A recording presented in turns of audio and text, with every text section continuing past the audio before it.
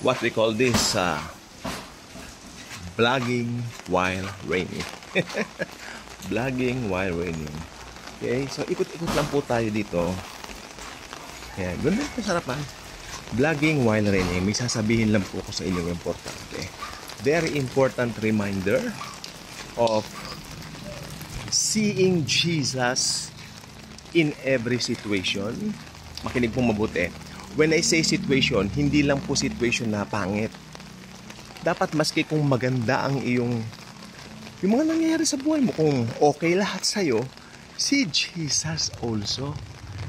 Mahirap kasi sa iba, kung may problema, doon lang nakakalala sa Diyos. Pag tao lang yan. Diba? Pag may mga kaibigan ka, may mga tao kang biglang naalala. Naalala mo lang kasi may kailangan kayo, gano'n.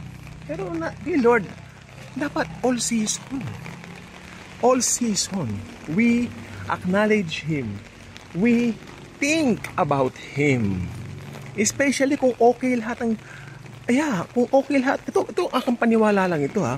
Kung okay lahat ang nangyayari sa buhay mo, lalo mo siyang isipin. Alam mo kung bakit? Kasi talagang hindi kanya pababayaan na may mapangit na mangyari sa'yo. Panginoong Jesus, gabayan mo po ako. I know what I'm saying. I know what I'm talking about. I experienced that. Sometimes tayo minsan nalilibang tayo masyado. Nalilibang o nahihibang. Whatsoever. Pag nahibang ka na, sometimes crazy and foolish things nagagawa mo. Diba? Tapos sometimes nasa huli ang pagsisisi. Tapos mabuti naman ang Panginoon, napakabuti naman sa buhay ko, sa buhay namin. Hindi niya pinabayaan na may mapangit na mangyari sa amin. Despite of that. Kaya bigla kong naalala si Pedro. Si Peter. Diba? Siya, natatandaan po ninyo nung nandun po sa bangka, nakakita sila ng multo lumalakad si Jesus sa water. Tapos, di ba, ang nangyari, sabi ni Jesus, huwag kayong matakot, ako ito. Kasi sabi ng mga disciples, nung nakita nila si Jesus naglalakad sa water, multo kanila. Aba, takot ang mga disciples, no? Multo kanila. Yung sabi ni Jesus, don't be afraid, this is me. This is me. Ayun. Si Pedro, ito, tingnan nyo ha. Nung si Pedro nandun sa kalakasan ng kanyang pananampalataya, nasa kalakasan, uulitin ko ang term, nasa kalakasan ng pananampalataya si Pedro. Nasa kalakasan siya ng pananampalataya niya. Lord, kung gusto mo, lalakad ako ngayon din sa tubig papunta sa iyo. Panginoon, kung kayo po yan, hayaan mong lumakad ako sa tubig papunta sa iyo. Dagat yun. Nasa gitna ng karagatan ng dagat. Ha? Hayaan mo. Tignan nyo ha. Tignan nyo yung senaryo. Kalakasan ng faith. Nasa kalakasan siya ng faith niya. Di ba? Nasa kalakasan siya ng faith niya. Ano nangyari? Ano naman tugon ng mahal na Panginoong Hesukristo? Sabi ni Jesus, come with me. Come to me. Si Pedro, according to some well-known and best scholars of the Bible, minention nila, si Pedro nakahakbang ng mga 3 to 4 steps. Pero, ano nangyari? What happened after that? Sige nga, medyo, dapat ang mga Bibles natin, medyo alam natin. No? What happened after that? Nakita ni Pedro ang kaliwa niya. Alon sa kanan, alon sa likod, alon. 'Di ba? Pero nakalimutan niya ng humarap dahil lang nasa harap si Jesus Christ. Pero tinignan niya yung alon sa kaliwa, tinignan niya yung alon sa kanan, at daman niya yung alon sa kanyang likuran. Ano nangyari? Nagpasimula siyang lumubog. Yun ang paglubog. Yun ang paglubog. Pag na-defocus ka na at naalis ang mata mo sa Panginoong Hesukristo. I'm talking to believers only because this message is not applicable to unbelievers dahil hindi naman nila kilala si Jesus. Diba? Hello? Hello? Diba? Sa believers lang. Mga born again Christians. Ikot-ikot lang tayo dito. Meron akong munting dagat. Oh, kuwari ako si Pedro.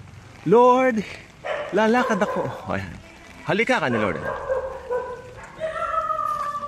Lalakad ako. Yun. Lalakad ako.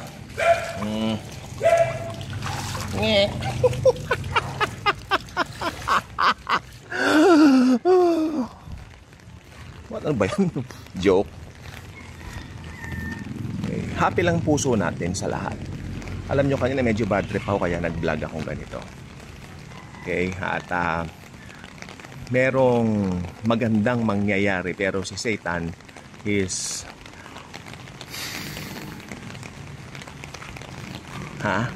is doing something. Parang ginawa niya kay Peter. Okay, noon na-distract. I won't let that to happen because I have Jesus. Okay? Jesus is with me. And Jesus is with you also.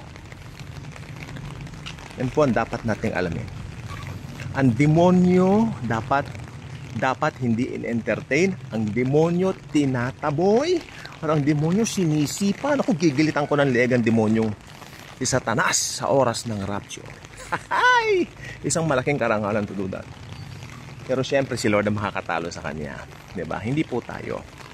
Okay, sana po ba tayo? Ano nangyari? Doon siya nagpasimulang lumubog. Nagpasimula siyang lumubog dahil tinanggal niya ang kanyang paningin. Sabi ng ibang salin ng Bible sa English, he takes off his gaze on Jesus. That's what happened. That's what going to happen if you take off your eyes on Jesus Christ. Don't do that. Don't do that. Alam niyo, marami talagang ang tawag doon? Maraming pwede makadefocus sa atin. Okay. Kasi paggising pa lang po natin, ako aminin ko po, paggising pa lang po, ito na po talagang hawak ko, itong social media, itong cellphone na kasi may hihintay po akong tawag. Pero, I think I'm going to, Pero pagkatapos naman na nagdi-devotion na ako using this cellphone also. Ano naman, may mga Bibles tayo dito.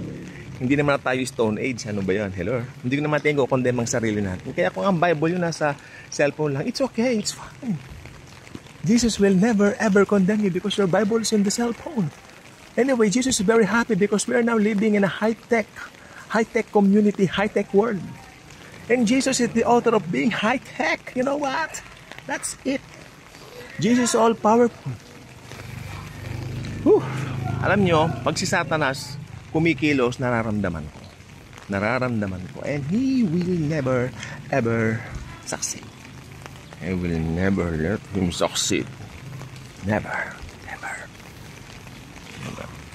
Because Jesus is with me. The love of Jesus is my anchor, my shield, my strength. Okay, kaya sabi ko nag-release lang ako sa inyo ng I know the devil is doing something but never siya magtatagumpay. Okay, yan ang payo ko po sa inyo. Huwag nating alisin ang mga mata natin kay Jesus. Okay, lalakad na ako sa tubig.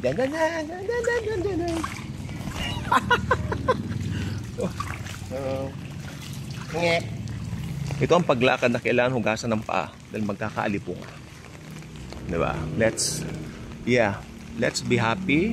Pero pag naglakad ka niya sa tubig na yan, hugasan ng paa para maiwasang magkaalipunga.